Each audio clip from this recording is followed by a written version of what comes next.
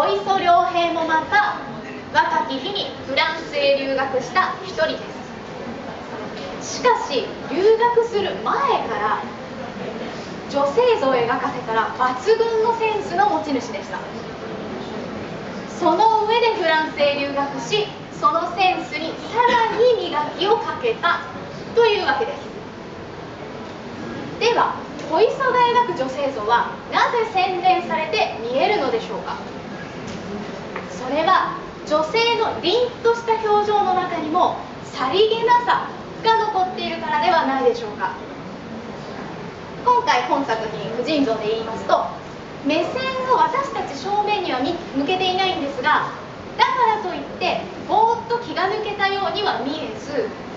キビキビとした動きの中でふと垣間見えたさりげなさを捉えているかのようです。本作品に限らず、女性が時に見せるさりげなさを描かせたら、日本人で小磯良平の右に出る者はいないと私は思います。今スクリーンにお出ししている2作品、ふとした表情やその手の仕草にとてもさりげなさを感じませんか。そしてそのさりげなさに見る者ははっと心を震わせるのです。また私はスクリーン左側のようにバレエのチュチュに似た衣装を着てくつろいでいる少女の絵を見ると、どうしても印象派画家の一人エドガー・ドガを思い出さずにはいられません。事実フランス留学から日がまだ戻って彼岸祭1930年代にはいかにもドガを思わせる作品を小磯は描いています。おそらくフランス留学中にドガの作品を目にしたのでしょう。しかし留学中の小磯は絵の勉強はほとんどせず、もっぱらドガがよく作品に描いていたバレエやサーカスを見て過ごしたといいます。つまり小磯はドガの画法よりもドガの目、そして感性そのものを盗もうとしたんです。もう一つ小磯作品でご紹介したいのは筆跡や色のムラです。本作品婦人像で言いますと、特に、左側上下の背景と腕周りにご注目ください。おそらくこれも解説後近くで見ていただいた方がわかるかと思うんですが、まるで未完成のままで筆を置いたかのようにムラが残っているんです。でも小磯にとってはこの未完成さがあってこその完成なのです。この未完成さが作品に程よい抜け感を与え、女性の内面をも想像させる広がりを生むのです。参考までに抜け感を生むはずの左上下の空白を埋めた画像をご用意しました。この左側上下埋まってます、スクリーンが。そしてちょっとサイズが違っていて申し訳ないんですが、偽物の埋まっている方と本物の抜け感のある小磯作品見比べてみてください。余白が生む無限の可能性を感じていただければなと思います。そしてこのムラのある背景、これもまたドガの影響を私は感じます。小磯に影響を与えたであろうドガももともとは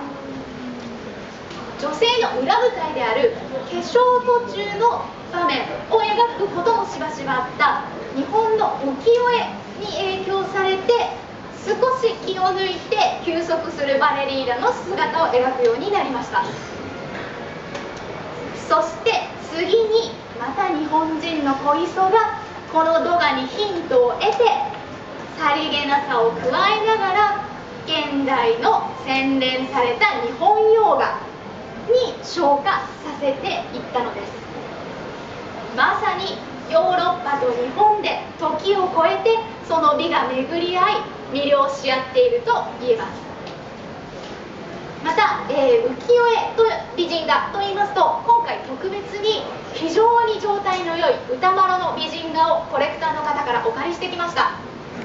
貴重な機会ですので、こちらの歌麿の美人画とスクリーン上の土画、そして小磯の婦人像も見比べて見てみてください。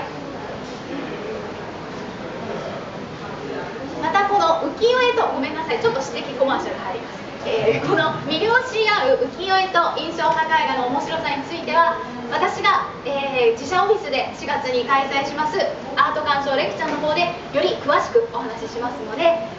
お手元の小冊子よろしければご参照ください。そちらはゆきさんが主催しています、アートレクチャーの方のご案内になっていますので、そちらの方にお問い合わせくださいませ。よろしくお願いします。はい、ありがとう。では最後に女性を別の形で表現した作品として加山又蔵の「牡丹」を紹介したいと思います。今スクリーン向かって左側にかけていただいている作品が加山又蔵の「牡丹」です。確かに牡丹を描いてはいま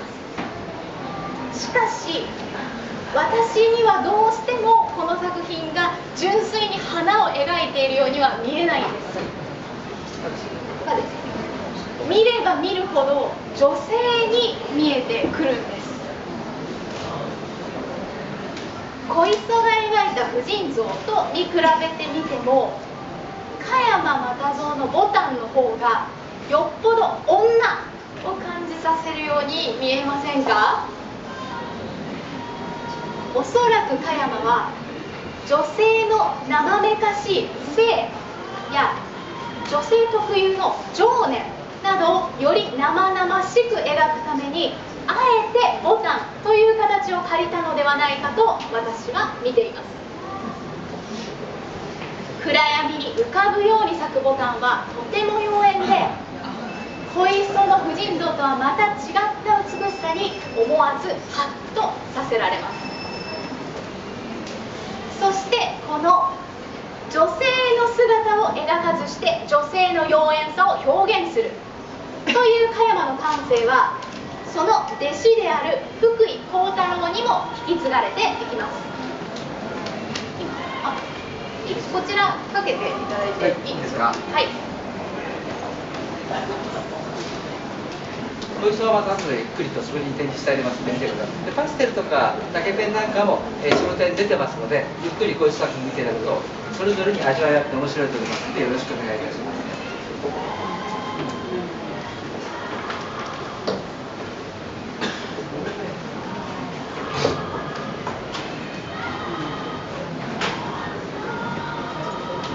ありがとうございます。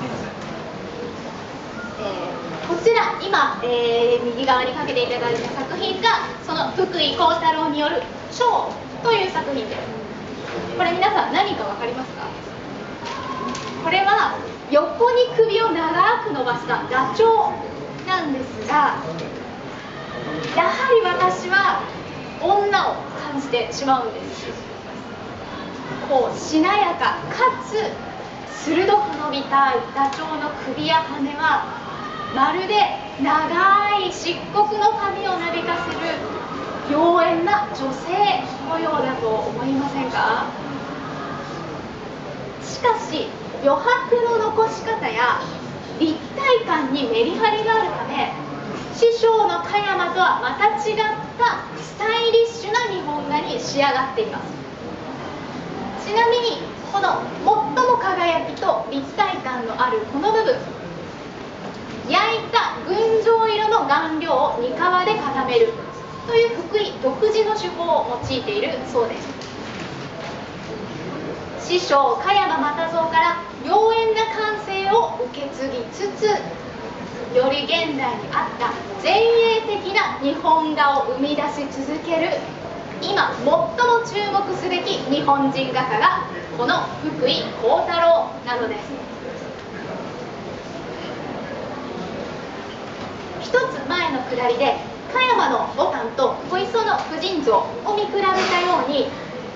たとえ違うモチーフを描いた作品同士だとしても、まずは見比べてみること、それが絵画鑑賞の楽しみ方の一つです。この今回のアートフェスタでは古今東西さまざまな作品がございます。ヨーロッパの作品、日本の作品というくくりで見比べていただくのはもちろんのこと、全くランダムに偶然目についた作品を見比べていただくのもとても面白いです。きっと皆様だけが感じ得るとっておきの魅力が見つかるはずです。また本日は、地元名古屋出身の日本画家大谷明さんによる特別展示会がご本人ご来場の上で開催されております。私も先ほど拝見させていただいたんですが、グリム童話などのメルヘンの世界を描いた日本画でして、独特の淡い色合いと童話の持つファンタジックな世界観がとてもマッチした日本画の新しい可能性を感じさせる作品でした。この大谷明さんの特別展示会を含め、引き続きこのアートフェスタお楽しみいただければと思います。ご清聴ありがとうございました。はい、ありがとうございました。これで、アート鑑賞レクチャー終了させていただきますけれども、会場内に今、説明させていただきました絵の戻してきっちり展示いたしますし、それに関連して加山和夫の版画なんかも多数ございます。ゆっくり回っていただけると非常に版画と本画の違いとかね、非常に面白いと思いますので、どうぞよろしくお願いいたします。お楽しみくださいませ。よろしくお願いいたします。